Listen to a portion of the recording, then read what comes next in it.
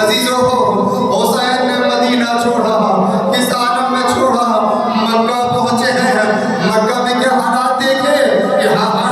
مکہ میں بھی وہی حالات ہے کہ دشمن خانہ کعبہ کے چاروں طرف اپنی آباؤں کے اندر، اپنی آستینوں کے اندر تلوار لیے ہوئے ہیں۔ حسین نے کہا میں نے نانا کے مدینے کی حرمت کو پامال نہیں ہونے دیا، میں خانہ خدا کی حرمت کو بھی پامال نہیں ہونے دوں گا۔ اپنے حج کو عمرے سے تبدیل کیا۔ اے اللہ گواہ رہنا، اس قوم پر میں نے تیرے کعبے کی حرمت کو بچا لیا۔ اگر میں یہاں رہ گیا تو یہ دشمن، ارے یہ دشمن، یہ تیرے دشمن خانہ کعبہ کو بھی آگ لگا دیں گے۔ میں نے نانا سے وعدہ کیا تھا مدینہ بھی محفوظ رہے گا، کعبہ بھی محفوظ رہے گا۔ میں چلا، حسین چلے عالم غربت کی طرف، ارے کوفے کی طرف چلے گئے۔ حسین عالم غربت میں مکہ کو بھی ترک کر دیا۔ عزیزو حسین منزلیں طے کرتے کرتے مدینے سے مکہ سے کربلا کی طرف پہنچے ہیں۔ اب جو کربلا کے قریب پہنچے ہیں تو عزیزان محترم حسین کا گھوڑا چلتے چلتے رکا۔ اب جو حسین نے دیکھا، اے گھوڑے، اے اسبے باوفا، کیا تم بھی تھک گیا؟ آگے نہیں بڑھتا۔ اس نے ہلا کے ایک مرتبہ اپنی گردن کو ہلانا شروع کیا۔ حسین گھوڑے سے اترے اور لوگوں سے پوچھنا شروع کیا کہ بتاؤ اس سرزمین کا نام کیا ہے؟ کسی کہنے والے نے کہا اسے نینوا کہتے ہیں۔ کہا اس کا کوئی اور نام بھی ہے؟ کہا ہاں اسے کرب و بلا بھی کہتے ہیں۔ بس عزیزو کربلا کا نام سننا تھا، نانا کی وصیت یاد آئی، نانا کے جملے یاد آئے۔ ارے یہ میرا معصوم بچہ حسین کربلا میں ہے، یہ وہ تنہا مارا جائے گا۔ جناب زینب ہماری کے اندر بیٹھی ہے، گھبرا گئی۔ کہا بھیا یہ کون سی سرزمین آ گئی؟ ارے مجھے اس میں آپ کے خون کی بو آ رہی ہے۔ بھیا مجھے اس میں آپ کے خون کی بو آ رہی ہے۔ حسین نے آواز دی عباس، عباس چلے آؤ۔ عباس قریب آئے، حکم میرے آقا۔ کہا یہی ہمارا مرکز ہے، یہی ہماری قبریں بنے گی، یہی ہماری جنگ ہوگی۔ سامان سفر اتار دو۔ عزیزو سامان اتارا گیا، سامان اتارا گیا۔ جناب زینب کر ایک عجیب اضطراب کا عالم ہے، محسوس کر رہی ہے کہ ہاں وہ دن قریب آ گئے، ارے ہاں وہ وقت قریب آ گیا۔ کبھی بھیا کو دیکھتی ہے، بھیا حسین آپ چند دن کے مہمان رہ گئے۔ ہاں عزیزو رو لو، دل بھر کے رو لو۔ آج کا دن تھا 2 محرم تھی جب حسین کربلا میں پہنچے۔ آپ تو بڑے اطمینان کے ساتھ سن رہے ہو نا۔ زینب کے دل سے کوئی پوچھے یہ فاطمہ زہرا کا لال 8 دن کا مہمان،